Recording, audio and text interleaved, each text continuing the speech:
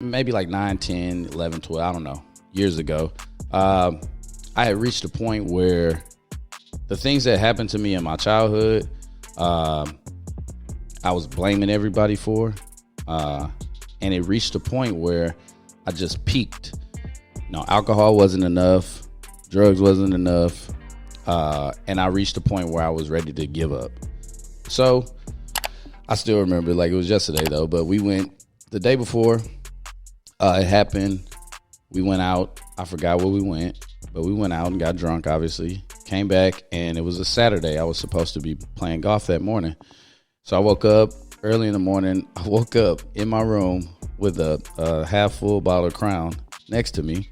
So when I woke up, obviously, let's take some more drinks, and I'm about to go golfing. So I drank a little bit before I left, rushed, got in the car, boom, went golfing. We went golfing, and I had a good mind to kind of like even myself out because I was at a good point.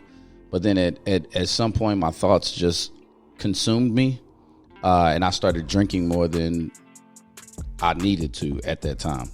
And then we got on the golf course. We probably did the front nine. We got onto the back nine. By the back nine, I was mingy as hell. By the back nine, I was in my mode, and I had totally kind of forgot about everything. But then started thinking about it a little bit more, and then of course I was, with some other people, and they pulled out some cocaine, and I was like, but I was drunk and I was feeling this, so I just got out of my head and I started doing a little bit. Then we finished the round of golf up, and we went to the place that I was working at the time, and we just went there to have a drink. I, voted against it, but I got overruled, so I'm like, whatever. So we went in. Well, my GM at the time was a gay male, and we were inside, and he was just hitting on me, and I'm okay with gay people hitting on me. You attracted, I'm attractive.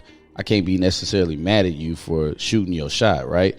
But his shooting his shot went from like shooting his shot to like digging. It's like I done knocked it down, like leave me alone at this point. And so at some point I got frustrated with him, and I was drunk.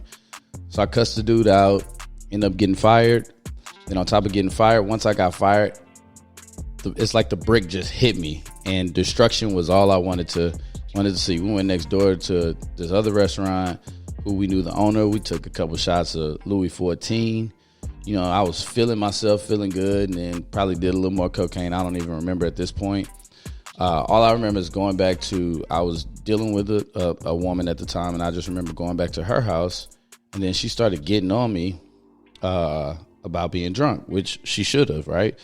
But she started getting on me about being drunk, and then I got consumed in my thoughts. Once she started getting on me, along with everything else that was happening that day, started blaming myself for past things and doing all this other stuff, and then I just got fired. I'm like, I got an apartment, a new car, like the world just hit me in the face, and I was drunk and on drugs, and I just grabbed a knife. She was blah, blah, blah, blah, blah, and in my face. I just grabbed a knife and